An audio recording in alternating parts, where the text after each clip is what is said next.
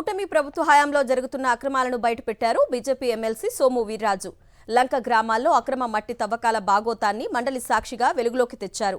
ట్రాక్టర్లు, ప్రొక్లైనర్లతో వందల ఎకరాల్లో ఇటుకల కోసం మట్టిని తవ్వేస్తున్నారని మండిపడ్డారు. అక్రమ మట్టి తవ్వకాలతో ప్రజల ప్రాణాలకే ప్రమాదం ఏర్పడే పరిస్థితి తలెత్తిందన్నారు. వెంటనే ప్రభుత్వం స్పందించి అక్రమ మట్టి తవ్వకాలను నిలిపివేయాలని డిమాండ్ చేశారు. తూర్పుగోదావరి జిల్లా లంక పరివాహక భూముల్లో విస్తృతంగా అక్రమ స్థాయిలో మట్టి తవ్వకాలు సభకు దృష్టికి తీసుకొస్తున్నారు అధ్యక్ష. చొప్పెల్ల, జొన్నాడ, మూలస్థానం ప్రాంతాల్లో వందలాది ఎకరాల సారవంతమైన లంక భూములను అర్ధరాత్రి వేళ వందల సంఖ్యలో ట్రాక్టర్లు, అదేవిధంగా జేసీబీలతో 30 అడుగుల లోతు వరకు మట్టిని ఇటుకల తయారీ కోసం అక్రమంగా తరలిస్తున్నారు అధ్యక్ష.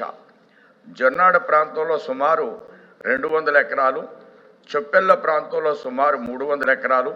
ఈ విధంగా స్థానికులు ఆందోళన వ్యక్తం చేస్తున్నారు అధ్యక్ష. అక్రమ తవ్వకాలపై ప్రత్యేక దళాలతో దర్యాప్తు చేయాలి.